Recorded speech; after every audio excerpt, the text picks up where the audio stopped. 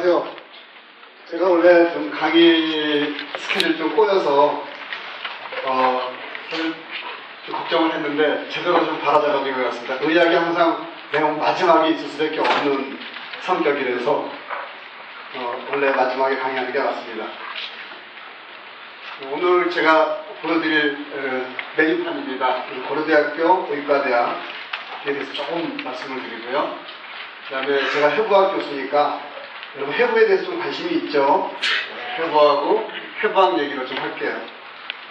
그리고 가상해부 테이블이라는 이제 시스템을 우리 고려대학교 의과대학에서 지금 아시아 최초로 인스톨을 했는데 그 시스템에 대해서 좀 설명을 드리고 그다음에 제가 또 왔으니까 제 연구하는 부분 조금 보여드리겠습니다.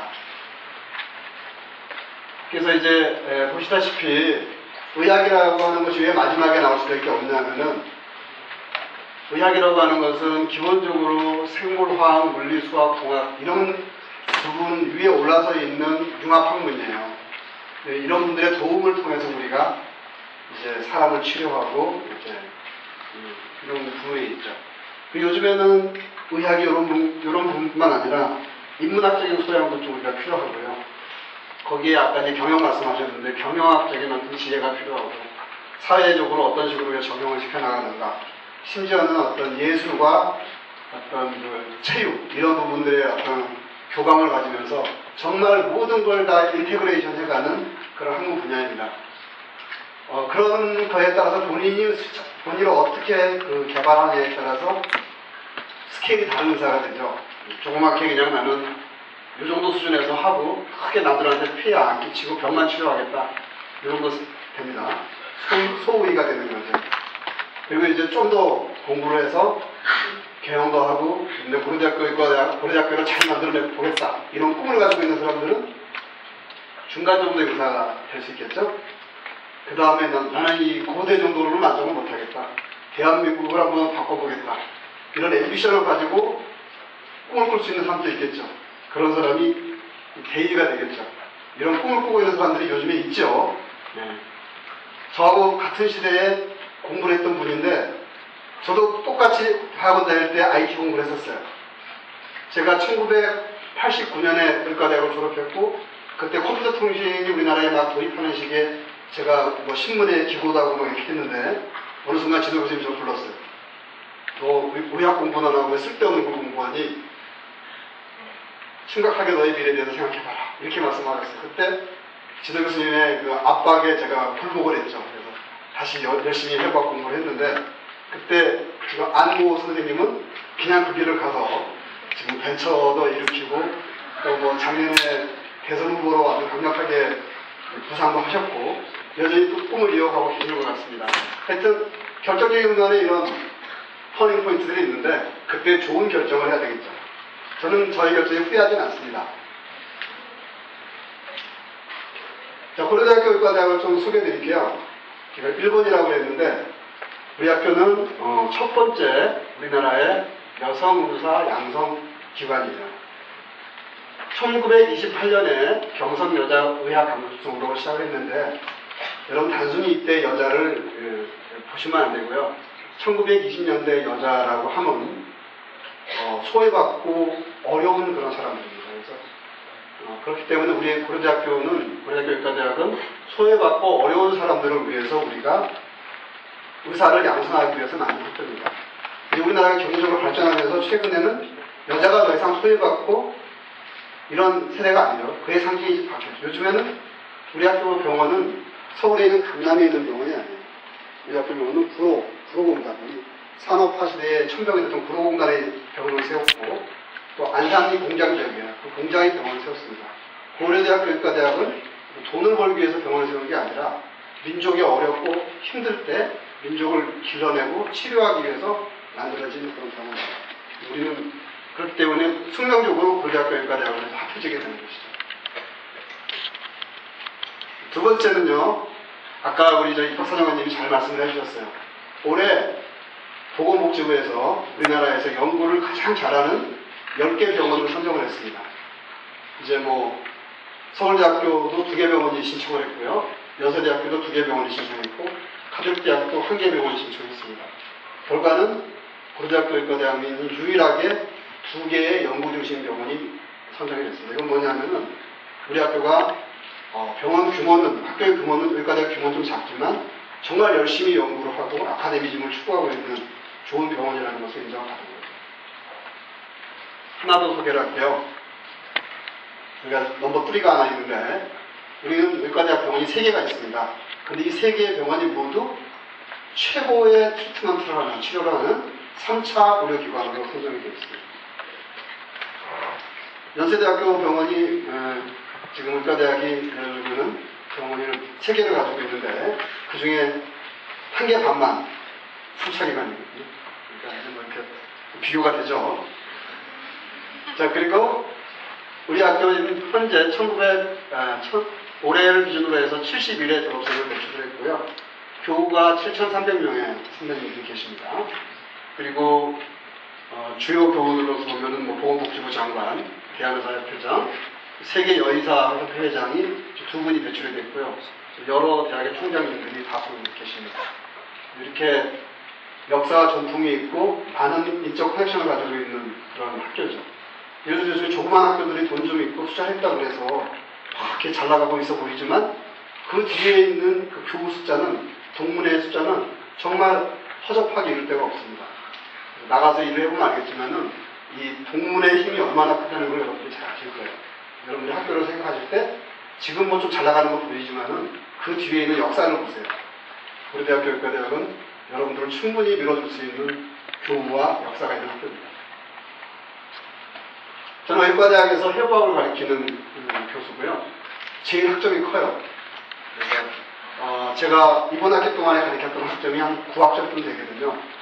의과대 학생이 한 학기 24학점을 배우는데 9학점 정도를 가지고 있으면요, 학생들은 저를 보면 되게 싫어해요. 저한테 잘못 보이면은 이번 학기 상당히 힘들다, 이런 생각을 하는 거죠. 그만큼 해부학은 이제 중요한 과목입니다. 그래서 먼저 이제 해부학에 대해서 좀 간단하게 말씀을 드리겠습니다. 해부학이 뭐냐 하면은 바로 의학의 기본 언어예요. 베이직 랭귀지입니다. 자, 여러분들 친구들끼리 놀고 얘기가 굉장히 편하죠. 혹시 일본이나 중국을 한번 가서 생활해보면 굉장히 불편하고 말이 통하지 않을 거예요. 의사가 되기 위해서 의료계에 일단 들어오면은 우리하고 말을 먼저 배우는 시간이 필요해요. 아까 지금 송 교수님 공학에 대해서 공부했지만 의사들하고 대화하고 커뮤니케이션을 할 때 굉장히 힘들었을 거예요. 왜냐하면 이게 안 돼 있거든요. 그래서 서로 이 분야에 오면은 의료의 영어를 배워야 돼요. 그래서 해부학은 그 영어를 가리키는 첫 번째 단계의 과목입니다. 그래서 어느 누구도 우리를 비껴나갈 수 없습니다. 해부학은 누가 배우느냐? 당연히 의과대학 학생, 의사가 될 분들이 배우고요. 그 다음에 의료인이 되는 간호사나 의료기사 이런 분들도 배우고, 체육하시는 분들도 배워요. 그리고 인체공학자, 선생님 계셨죠? 법률과 보험과 도요, 뜻밖이죠. 경영대학에 있는 선생님들도 해부학을 가끔 배워야 되고요. 법률, 사법연수원에서도 해부학 강의를 해달라고 부탁할 때가 있어요. 왜 그래요? 우리 보험과 관련된 법률적인 문제가 생겼을 때 해부학적인 지식이 있어야지 문제를 해결할 수 있게 됩니다. 보험과 왜 필요하죠? 우리가 손상을 받았을 때 어떤 식으로든지 우리가 보상을 해줘야 돼요. 그러면은 인체 부분의 어떤 특정 부분의 기관이 어떤 정도의 값어치가 있는지를 어쩔 수 없이 우리가 매겨야 되는 그런 부분이 있습니다. 그런 걸 기술할 때 우리가 해부학적인 용어를 쓸 수밖에 없거든요. 자, 이 손가락 중에서 어느 게 제일 비싸 보여요? 검지? 엄지손가락이 제일 비싸요. 그래서 이제 이런 일이 있어서는 안 되겠지만 우리가 어떤 사고로 인해서 손가락이 잘렸다. 그러면 이제 금전적으로 보상을 해줄 때 엄지손가락을 가장 비싸게 칩니다. 또 누가 해부학을 배울까요? 제가 좀 빼놨는데 약학을 하시는 분이라든지 생명공학을 하시는 분이라든지 이런 분들도 해부학을 배우죠. 또 제가 제일 좋아하는 만화가들도 해부학을 배워야 돼요. 만화를 그릴 때 제일 먼저 뼈부터 그려요. 스켈리톤부터 그려나가서. 그리고 거기에 근육을 붙이고 피부를 입혀서 생동감 있는 그림을 그려야 돼요. 그래서 예술하는 사람들은 기본적으로 해부학 공부를 해요. 그래서 미대나 체육과 선생님들이 해부학 공부를 해요. 그리고 또 실제로 여러분 모두가 해부학 공부를 하고 있어요. 언제부터 시작했죠? 유치원 다닐 때부터 했죠. 무슨 노래 불렀어요? 머리 어깨 무릎 하나. 그렇죠? 이게 뭐예요? 다 우리 몸에 대한 구조를 지금 노래로 가르친 거죠. 이렇게 해부학은 유치원부터 시작해서 여러분들 초등학교, 중학교, 고등학교부터 생물 시간에 우리 몸의 곳곳을 조금씩 맛보기로 배웠습니다. 이게 해부학이 우리 생활에 전반적으로 뻗쳐 있는 것들이고요. 이렇게 함으로써 여러분들이 여러분의 몸을 좀 더 건강하게 가꿀 수 있는 거죠. 예를 들어서 여러분 휴대폰이나 MP3 플레이어를 샀을 때 그 기기를 잘 쓰려면 뭐부터 해야 되죠? 사용자 설명서를 읽어야 되겠죠? 군데군데의 부품의 명칭을 파악하고 기능을 알면은 다른 사람보다 훨씬 더 잘 쓸 수 있죠. 여러분이 우리 몸에 대해서 좀 더 잘 알면은 훨씬 더 건강하고 파워풀하게 할 수가 있는 것이죠. 그래서 여러분들은 이미 해부학 공부를 하고 있는 사람들이에요. 자, 우리나라에서 해부학 실습은 어떤 식으로 이루어졌냐면요. 1990년대 이전에는 연고가 없는 시신들을 이제 지방에 있는 종합병원, 시립병원에서, 도립병원에서 모시고 있다가 의과대학에서 이제 교부를 요청하면은 기관장이 이제 내주도록 되어 있습니다. 거기에. 근데 이제 이런 우리나라가 이제 사회복지가 좋아지고 네트워킹이 좋아지면서 더 이상 무용고자 시신이 그렇게 많지도 않고요. 사회적인 분위기가 좋지 않아서 사실은 이제 90년대 초반만 해도 우리가 굉장히 그 시신 부족으로 여러 의과대학에서 학생들을 해외 실습을 하는데 어려움을 겪었습니다.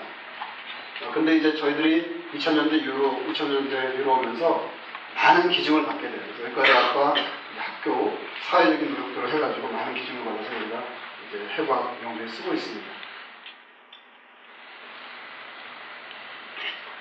우리 고려대학교 의과대학에 오시면은요, 가문탑이라고 하는 이런 탑이 있어요. 가문탑은 은혜에 감사한다는 그런 탑입니다. 상당히 예를 들어서 이런 가문탑을 가지고 있는 학교는 서울대학교 이런 탑 없습니다. 연세대학교 이런 탑 없습니다. 서울대 이런 탑 없습니다.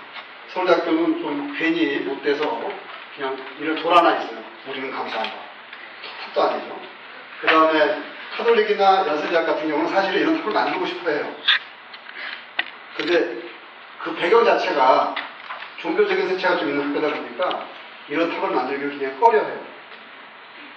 그래서 탑이 없어요. 고려대학교는 상당히 지성도 갖추고 있고 인간적인 매너도 갖추고 있고 은혜에 대해서 감사할 줄 아는 그런 한마디로 싸가지가 있는 학교죠. 그죠?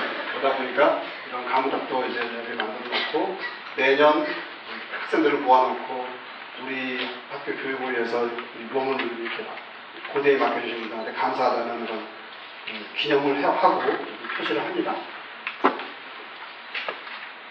자, 그리고 이제 해부학이 굉장히 오래된 학문이에요. 그러면서 이제 조금씩 우리가 학생들한테 좀 더 나은 해부학 교육을 위해서 모던 테크놀로지를 적용하고 있습니다. 이게 가상의 부시스 테이블이에요. 그래서 이거는 이제 작년 초에 미국 스탠포드 대학하고 한국인 벤처기업이 만든 그런 테이블인데요. 우리나라에는 고대만 유일하게 지금 도입하고 있고 여러분들하고 같은 또래의 고등학생들인데 올해 초에 우리 학교에 와서 잠깐 좀 전공 체험을 한 그런 장면이고요. 이거 좀 클릭해 주시면요. 이 가상의 테이블이 어떻게 만들어졌는지 한번 보여드리는 슬라이드입니다. 이렇게 보면은 사람을 이제 시체를 얼리고 난 다음에 밀링 머신으로 안석으로 이렇게 갈고 사진을 찍고 갈고 사진을 찍으면서 이 뇌의 모습이 점점 변하는 거예요. 이런 사진들을 차곡차곡 쌓아서 모아가지고 이렇게 이거 뭐죠? 시그마 인테그레이션을 하면은 컴퓨터상에서 이 모든 정보들을 다 모아서 이 테이블 위에 올려놓게 됩니다. 이렇게 해서 이제 여러분들 아이패드나 아이폰처럼 터치식으로 우리 몸의 그 부분을 공부할 수 있도록 만드는 테이블이 가상의 테이블이에요. 다음 슬라이드 볼까요? 이것도 한번 클릭을 해주시죠. 그래서 이제 이렇게 만들어진 그런 테이블이고요. 이제 이런 사람의 모양을 갖게 되고 이런 테이블 상에서 이렇게 사람을 원하는 방향으로 잘라서 돌려서 보면은 이렇게 이제 우리 머릿속에 있는 뇌로 볼 수도 있고, 이 슬라이드 같은 경우는 이제 아까 조금 전에 슬라이드는 어땠어요? 사람을 이제 차근차근 이렇게 밀링을 하고 표현을 사진 찍는 방법이라면 이 슬라이드는 이건 어떻게 만들었냐면은 요 여학생인데 볼런티어를 모집을 해서 이 사람을 CT하고 MRI 사진을 찍었어요. 그 사진들을 컴퓨터상에서 합성을 하고 난 다음에 이렇게 그래픽들을 이제 만들어 놔가지고 우리 몸 속에 있는 간이라든지 창자라든지 위장이라든지 허파, 심장 같은 경우를 이렇게 보여줄 수 있는 시스템을 만든 거죠. 조금 전에 송 교수님이 CT나 MRI가 정말 대단한 어떤 발명품이라고 말씀을 드렸죠. 맞습니다. 그래서 여러분들한테 이 CT하고 MRI가 어떤 식으로 만들어졌는지에 대해서 그 원리를 조금 말씀을 드릴게요. 제가 좀 바짝 긴장을 했습니다. 이 교수님이 내가 할 강의 내용을 미리 말씀하시는 거 아닐까? 자, 엑스레이 굉장히 중요한 발견이죠. 그래서 1895년에 피레름 렌트겐이라는 사람이 이 엑스레이를 음극선을 공부하다가 발견을 했죠. 우연치 않게 뭔가 정체를 모르는 그 빔이 어떤 물체를 투사한다는 사실을 알게 됐고요. 그 순간 제일 먼저 실험 샘플을 쓴 사람이 누구였죠? 렌트겐의 부인이에요. 렌트겐 부인의 손이고요. 이게 결혼 반지죠. 그래서 이게 굉장히 유명한 엑스레이 사진 중에 하나예요. 근데 이제 이 엑스레이 요즘에는 이제 굉장히 성능이 좋아져서 이렇게 이제 나오는데요. 이 엑스레이의 단점은 뭐냐면은 이 몸을 투과하는 모든 것이 다 한꺼번에 나오게 돼 있어요. 빛이 엑스레이가 일로 와서 여기서 디텍션을 하게 되면은 이 속에 있는 갈비뼈, 심장, 허파 이런 모든 구조물들이 한 장에 그냥 다 오버래핑이 되어 있는 거예요.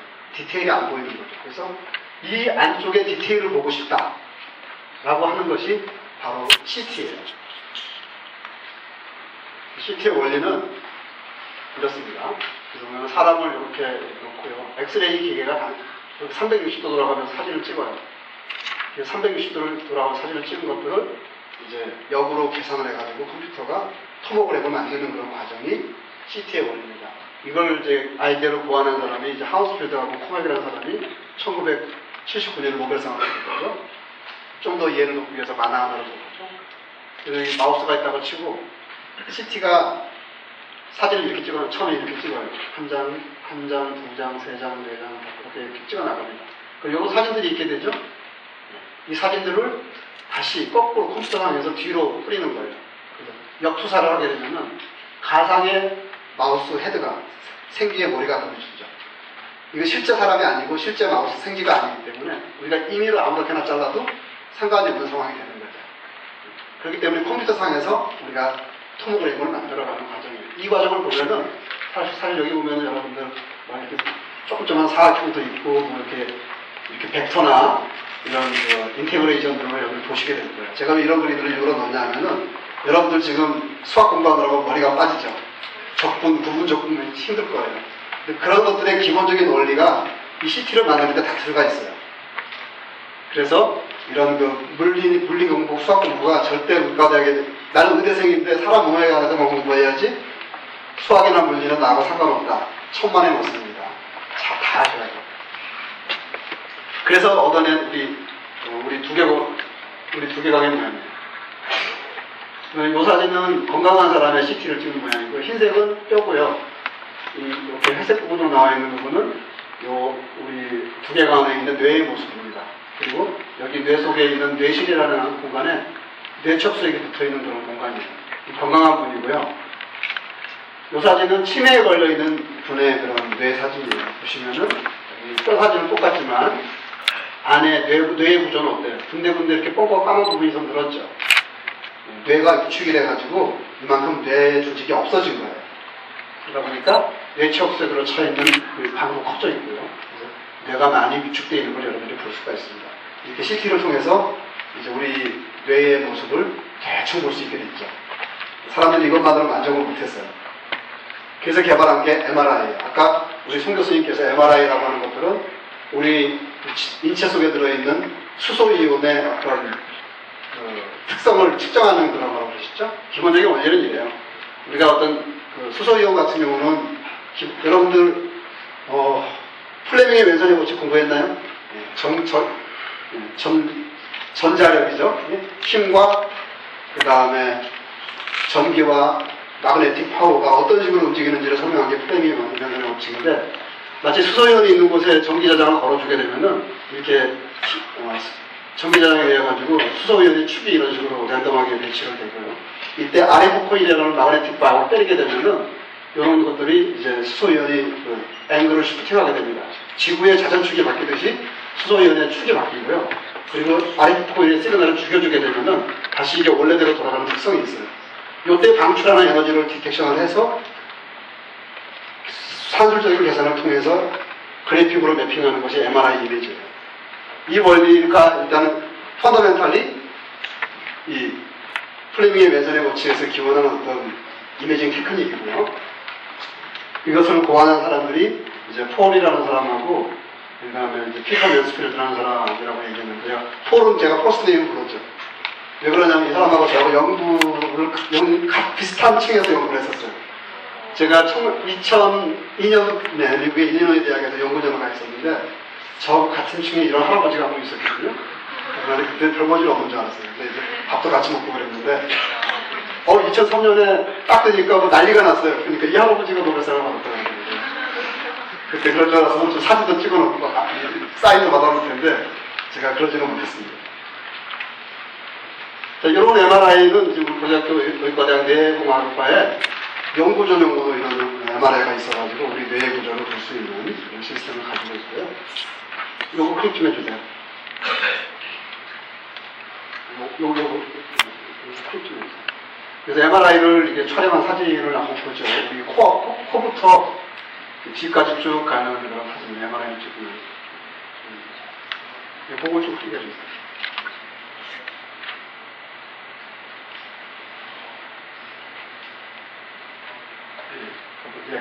가보세요. 이렇게 보면 코부터 뒤쪽으로 이렇게 여러분들의 뇌가 쭉 보이죠. 그래서 여러분들이 하얗게 보이는 부분이 백질이고요. 상대적으로 덜 하얗게 보이는 부분들이 회백질입니다. 그래서 이렇게 여러분들을 물리적으로 자르지 않고도 여러분 뇌 속에 있는 것들을 볼 수도 있고, 그래서 우리가 3차원적으로 뇌가 어떻게 구성되어 있는지도 알고, 여러분 몸속에 화이트 메타, 백질이 어떤 식으로 분포되고 있는지도 이렇게 우리가 물리적인 것들을 다 이미지 신호로 변화를 해가지고 분석할 수 있게 되어 있어요. 그래서 MRI는 굉장히 앞으로도 응용 가치도 높고 많은 연구도 하게 되는 그런 중요한 수단이 된 것 같습니다. 그리고 이제 MRI를 통해 가지고 여러분들이 제가 강의하는 걸 들을 때, 이 슬라이드를 볼 때, 듣고 볼 때 이렇게 빨갛게 되어 있는 부분들이 산소를 많이 수송하는 부분들인데요. 이런 특성들을 통해 가지고 우리 사람들이 어떤 하는 기능이라든지 마음의 변화를 읽을 수가 있겠죠. 그래서 최근에 마케팅, 아까 우리 마케팅 하는 선생님 좀 계시는데, 이 MRI를 이용해가지고 마케팅 연구에도 활용을 하고 있어요. 광고를 보여주면서 이 사람이 어떤 그 영상이 나갈 때 좀 더 적극적으로 내가 움직이는지를 파악을 해서 결국은 구매력을 더 이렇게 트리거하는 어떤 시그널들이 뭔지를 파악하는 아주 얍삭한 연구들을 지금 또 접목해서 하는 분들이 있습니다. 자, 뇌신경을 공부하는 데 있어서 뇌의 신경세포가 중요하다는 걸 공부하는 데서 중요한 연구를 하신 분이 골지라는 분과 까하리라는 분이 있는데요. 이 사람들이 뇌조직을 염색을 해봤더니 이렇게 뇌세포가 그냥 다양한 모양의 세포를 가지고 있다는 것을 이제 1900년대 초부터 1800년대 말 사이에 발표를 했습니다. 굉장히 오래된 방법이고요. 현재까지도 뇌 연구를 위해서 많이 사용하고 있는 방법입니다. 근데 이제 저도 이런 방법을 하다가 포항에 가면은 이 가속기라는 그런 장비가 있어요. 제가 이 장비를 위해서 연구를 하고 있는데 우연히 한번 놀러 갔다가 골지 염색된 슬라이드를 여기다 넣으면 어떻게 될까 하고 넣어봤어요. 그랬더니 기가 막히게 이런 사진을 보게 됐습니다. 그래서 이게 손에 있는 퍼킨제 셀이라는 세포예요. 이런 모양의 세포가 있어서 이렇게 만들면 더 이쁘죠. 그래서 뇌조직을 볼 수 있는 새로운 어떤 가속기를 제가 한번 응용을 해서 연구를 지금 하게 됐고요. 2011년에 사이언티픽 리포트라고 네이처 커뮤니케이션이라고 네이처를 만드는 회사의 큰 출판사에서 하는 잡지 중에 하나예요. 그 잡지에 운동을 잘 못하는 생지의 손해를 촬영을 했더니 이런 것들이 있다라는 걸 이제 우리 팀이 이제 발표를 했죠. 그리고 이제 제가 하는 연구를 좀 소개를 해드리면은, 저는 이 논문을 이제 읽고 난 다음에 굉장히 많은 모티베이션을 받았습니다. 뭐냐면은, 쥐를요, 유격훈련을 시키는 거예요. 이렇게 장애물들을 통과하게 시키면은, 이 손에, 그러니까 쥐의 작은 뇌에서 시냅스가 숫자가 늘어난대요. 그래서, 공부를 했더니 시냅스가 늘어난다. 굉장히 스트라이킹해서 이 논문에 대해 관심이 많았고요. 그게 이제 어떤 현상이냐면 플라스티시티라는 거예요. 그러니까 가소성이라는 건데요. 그리고 우리 몸에서는 우리 뇌는 어떤 자극이 주어지면은 다양한 방법으로 반응합니다. 유전자라든지 분자, 시냅스 수준, 구조적인 연결망, 심지어는 성격까지도 바꾸죠. 여러분들 공부를 막 시키다 보면은 어느 순간 성격이 바뀌어 있어요. 그 정도까지 이런 것들이 모두 다 가소성의 범위예요. 그래서 제가 가지고 있던 생각은 여러분들 잘 알다시피 이렇게 이제 몸이 좋지만 더 웨이트 트레이닝을 열심히 하면은 몸이 완전히 식스팩이 되죠. 식스팩이 넘어가겠다 이거. 이 정도 되면 멀리만 갖게 되는데 제가 가지고 있던 궁금증은 뇌에서도 이런 현상이 일어나는가. 특정한 부분에 뇌의 회로를 활성화시키면 뇌에서도 이런 현상이 일어나는가를 제가 공부를 하고 싶었습니다. 그래서 이제 우리 그 뇌에서 운동을 담당하는 부분은 여러분이 잘 알다시피 중심압이랑이라는 그 대뇌 피질이 있고요. 그 밑에 있는 바닥핵이라는 부분이 있고 그 다음에 그 아래 손해라는 부분이 있습니다. 각각 역할이 조금씩 틀려요. 그래서 이제 내가 공을 던져야 되겠다는 생각을 하면은 공을 던지는 데 필요한 근육들을 다 점검을 해서 단계별로 이렇게 리스트업을 하는 부분이 어느 부분이에요. 바닥핵이 기획을 해요. 기억을 해서, 자, 요러한 순서대로 움직이면 될 것 같다. 라고 대뇌를 얘기를 하면은, 대뇌 부분에서 다시 이 정도 거리를 조정할 거 아니에요? 가까운 데 던질 건지, 멀리 던질 건지, 내가 힘이 어느 정도를 가능을 해서 적절한 정도의 파워를 조절하는 역할을 하는 부분이 바로 손해예요. 손해가 힘 조절을 해주는 거죠. 그래서 이렇게 세 가지 기관이 협력을 해서 원활하게 운동이 일어나도록 합니다. 그래서 여러분들이 잘 알다시피 손해는 뭐예요? 그래서 우리가 운동 중추라고 많이 배웠죠? 그래서 이제 그런 이름이지만 사실은 운동을 하는 부분은 바닥핵도 손에도 대뇌도 조금씩 관여를 하고 있어요. 자, 그러다가 이제 제가 아까 특정한 서킷을 계속 활용하면은 뇌가 어떻게 변할까를 이제 연구하다가 사람한테 이걸 적용할 수는 없을까? 제가 만화광인데 이 사람 알아요? 예, 강백호죠?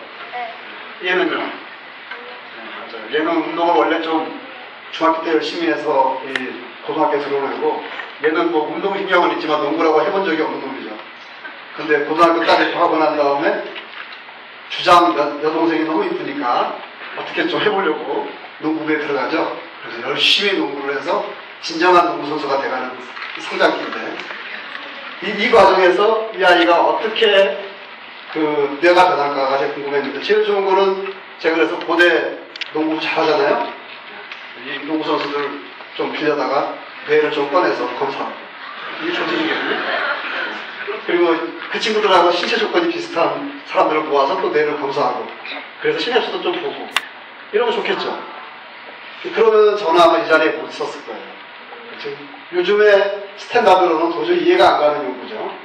그래서 고민하다가 있는 차에 보니까 제가 그때 학회를 갖게 됐는데 보니까 피아노 연주하는 사람들이 피아노를 안 하는 사람보다 손의 크기가 크다 이런 보고를 제가 받고 그게 뭐냐면은 피아노를 치면서 손가락을 섬세하게 운동하다 보니까 손의 부분적인 크기가 커졌다는 사실을 제가 알게 됐습니다. 그래서 이 사람의 연구가 이렇다면은 내가 생각하고 있는 것들도 해볼만 하구나 그런 생각을 해서 운동선수하고 일반인들의 MRI 사진을 찍어서 제가 뇌를 분석을 해봤죠. 그래서 처음에 이렇게 전체 뇌 중에서 작은 뇌 부분만 제가 분석을 해서 삼성으로 모델을 만들고 여기에 이제 부피를 측정하는 프로그램을 이용해서 부피를 재봤어요. 실험 결과는 뭐죠? 전체 손의 크기가 운동선수나 일반인이나 차이가 전혀 없어요. 이 실험을 통해서 하기 위해서 제가 많은 교수님들을 꼬셨고 연구비도 받아내느라고 노력을 했고 시간을 많이 쓰고 분석을 했는데 결과가 차이가 없었어요. 참담하죠? 하여튼 그래도 논문을 제가 내봤습니다. 우리나라에서 나오는 굉장히 좋은 의학계 잡지인 거예요. 냈는데 의외로 받아줬어요. 이유는 아이디어가 참신하고 기특하다. 좀 더 노력해봐라. 이런 취지로 받아주셨습니다. 그래서 저는 그냥 억울해서 두 번째 시도를 했습니다. 그래서 그러면은 좀 더 전체를 볼 게 아니라 부분을 나눠서 보자 해가지고 손해를 좌우 반구하고 그다음에 이 가운데 여러 부분을 나눠서 보니까 V2라고 하는 부분이 운동선수에서 한 15% 크다는 사실을 발견하게 됩니다. 기어이 이제 해서 굉장히 손해 쪽에는 유명한 잡지에 실게 됐고요. 그 다음에 아까 바닥핵이 운동과 관련되어 있다고 그랬잖아요. 이제 이 기세를 몰아서 바닥하기의 부피도 한번 재봤어요. 그랬더니 운동선수가 바닥핵이 일반인들에 비해서 더 크다는 사실도 발견을 했습니다. 그래서 이런 사실을 이제 제가 조금 알려줬더니 우리 의료원 그 책자에서 이런 식으로 이제 뻥을 쳐놨어요. 언론은 본인들이 하고 싶은 말만 해요. 그러니까 언론의 말을 고지것대로 듣지 마십시오. 운동을 하면은 하여튼 우리 뇌를 튼튼하게 만들고 살찌우는 건 맞습니다. 그리고 이제 제가 연구전을 갔을 때 아까 포울 박사 옆에 있는 교수님이 제 지도 교수였는데 그 양반이 제가 갔더니 야, 내가 운동을 시켜놓은 원숭이가 있는데 이 운동을 시켜놓은 원숭이의 뇌 속에 있는 혈관의 분포 양상을 좀 분석해 줄 수 있겠냐. 그래서 제가 이제 막 머리를 좀 써가지고 뇌 조직 내에 있는 혈관을 이렇게 마킹하는 방법을 찾아냈어요. 그래서 이 안에 운동을 하고 난 다음에 뇌 조직에서 혈관이 얼마만큼 차지하고 있는지를 분석을 해보니까 운동을 꾸준히 하는 애들이 그렇지 않은 애들보다 더 많은 혈관을 가지고 있어요. 왜 그러냐면 좀 더 많은 산소와 영양분을 공급해야 되기 때문입니다. 또 한 가지 여러분들 요즘 공부하느라고 힘들죠. 그리고 운동할 시간도 없죠. 하지만 시간을 내서 운동하세요. 운동을 하는 사람이 운동을 안 하는 사람보다 훨씬 더 학습 효율이 좋고 집중력이 좋다는 건 이미 밝혀진 사실입니다. 그래서 짬짬이 시간 내서 여러분들이 운동을 하십시오. 그래서 운동을 하면 우리 뇌를 활성화시키는 뇌 활성 물질들이 많이 나와요.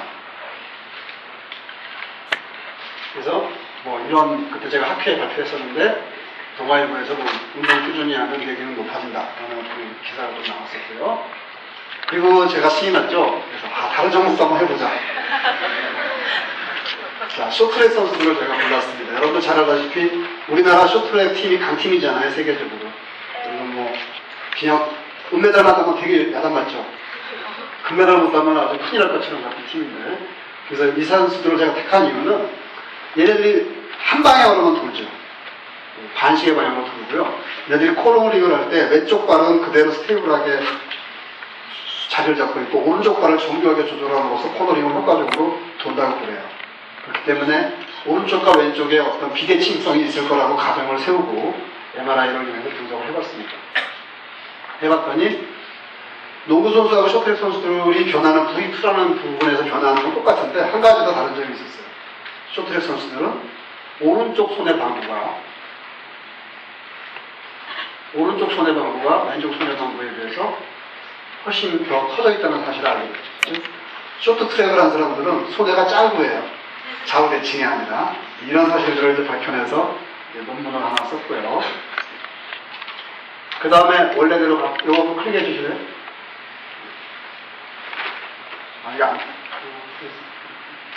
됐습니다. 이게 그 동물들을 제가 고개 훈련을 시키는데 훈련을 이렇게 시켜봤어요. 처음에 한 며칠은 이 코스를 통과하는 게 굉장히 어렵고요. 실수도 많이 하지만 한 5일만 지나면은 애들이 굉장히 빨리 적응을 합니다. 그래서 이 고개훈련에 반응을 해서 금방 공부를 해요. 그래서 이런 고개훈련장을 지나고 난 다음에 얘 동물이니까 손해를 조금 열어서 조직을 봐도 되겠죠? 손해 조직을 분석을 해봤더니 손해에서 시냅스가 많이 늘어나는데요. 이 1대1의 시냅스, 1대2의 시냅스, 2대1의 시냅스가 있는데 희한하게 이런 시냅스가 많이 늘어난다는 사실을 발견하게 됐습니다. 그래서 제가 이때 공부를 할 때, 운동 학습을 할 때는 이런 시냅스에 보관되는 것이 굉장히 중요하다는 사실을 제안을 해서 이런 논문을 제가 냈고요. 그때 이제 중요한 것은 이런 시냅스는 광학혁명으로 보이지가 않아요. 시냅스를 보려면은 전자혁명으로 봐야 됩니다. 자, 그동안에 이제 우리가 이 의학사, 우리 자연과학사에서 가장 중요한 발견 중에 하나는 사실 현미경의 발견이에요. 현미경을 발견함으로써 우리가 사회의 어떤 그 조직이나 어떤 구조들을 더 자세히 들여다보게 되었죠. 근데 처음 만들어진 현미경은 광학현미경인데, 광학현미경의 해상도라고 하는 거는 이래요. 해상력에 대해서 좀 개념을 잡아드릴게요. 확대와 해상력은 좀 다르죠. 여러분들 컴퓨터 화면에 사진을 띄워놓고 포토샵에서 막 그 돋보기를 키우면은 이미지는 끝까지 커지죠. 그렇지만 어느 순간 딱 확대가 되면은 이미지가 깨지면서 의미가 없는 확대가 일어나죠. 이런 건 해상력이 나쁜 거고요. 해상력이라고 하는 것은 의미가 있는 파워를 갖고 있는 때, 이게 해상력인데, 그걸 결정하는 것들은 빔의 파장이 비례합니다. 그래서 예를 들어서 가시광선은 550나노미터를 쓰기 때문에 광학현무로 볼 수 있는 해상력의 한계는 0.2mm예요. 그래서 이제 이 다음에 사람들이 계속 더 좋은 이미지를 얻기 위해서 노력을 하게 되는데요. 그 전략 중에 하나를 뭘 생각했냐면은 가시광선보다 파장이 작은 전자빔을 쓰게 되면은 훨씬 더 좋은 해상력을 갖게 된다고 생각하고 우리가 전자빔을 개발하게 돼요. 이론적으로 가시광선의 파장보다 짧은 전자빔은 시력 5승분의 1 정도의 크기가 같으니까 즉 10만 배 이상의 레졸루션이 더 좋은 이미지를 얻게 될 거다라는 가정을 가지고 연구를 하시게 됩니다. 이 사람이 루스칸데요. 이 사람이 이제 이런 근거로 해서 이런 최초의 전자빔을 디자인을 하게 돼요. 근데 처음에 만든 매그니픽 확대력이 얼마였냐면은 17배. 그 당시에 가시광선으로 볼 수 있는, 광학현미경으로 볼 수 있는 최대 배율은 1000배. 그러니까 이 수많은 아이디어를 통해서 정말 정교하게 많은 노력을 들여서 만든 현미경이 17배밖에 안 나와가지고 이 사람이 처음에 이걸 전자빔이라고 부르지 않았어요. 창피해서. 근데 이제 이 사람이 그때 가지고 있던 물리적인 함정이 몇 가지가 있었습니다. 그래서 가시광선이 가지고 있는 짧은 초점거리에 대한 이해가, 전자빔이 가지고 있는 짧은 초점거리에 대한 이해가 부족했고, 그다음에 시료와 전자빔 사이에 인터랙션이 생기면서 나오는 열에 대한 그런 생각을 못했어요. 그 이제 시료를 만드는 방법을 개선을 하고 초점거리에 대해서 기계 설계를 다시 했더니 무려 10만 배의 이미지를 얻어냈죠. 그래서 이 사람이 노벨상을 타게 됩니다. 그래서 덕분에 저도 시냅스를 보게 됐고요.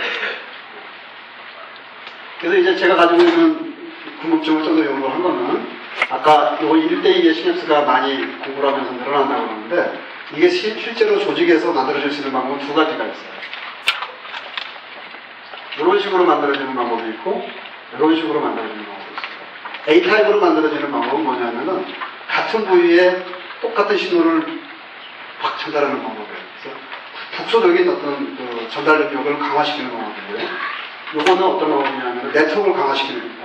멀리 퍼지게, 정보가 멀리 퍼지는 방향으로 처리되는 그런 표현입니다.